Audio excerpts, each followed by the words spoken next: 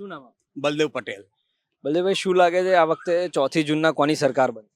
સરકાર તો જો મોદી સાહેબની જ બનશે, નો ડાઉટ. પણ આ વખતે અમને એવું ઓવર લાગે છે કે થોડો માર્જિનમાં ફેર પડશે. માર્જિનમાં એટલે માર્જિનમાં એટલે સીટોમાં. પ્લસ તમે જે 500-600 વોટથી લાખથી જીતા હતા એ માર્જિન ઘટવાની શક્યતા ખરી.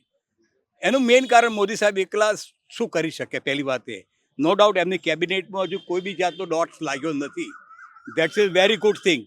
પણ તે છતાં પબ્લિકનો ઓવરવ્યૂ ઘણી વખત થઈ જાય છે. અને જે હમણાં જે હાલમાં 3-4 ઇન્સિડન્ટ્સ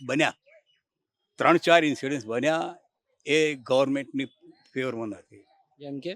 જેમ કે અમે રાજકોટ રિસેન્ટલી રાજકોટનું બન્યું. અને આ 2 વર્ષની અંદર કેટલા આવા ડિઝાસ્ટર થાય, યુ જસ્ટ કાઉન્ટ. તમને તો તમારે ફિગર પ્રિન્ટ ઉપર હશે. એટલે આ બધી અસર થવાની થોડી. પણ સામે કોંગ્રેસની સરકારનું કેવું એમ છે કે જો અમને જીતાડશો તો અમે 8,500 આપીશું. ખોટી વાત. 8,500 પણ કઈ ગણતરી તમે આપશો? કે અમે 8,500 આપીશું, તમે 8,500 વાપરશો એટલે રોટેશન થશે પૈસા. મારું લોજિક કામ નથી આપતું.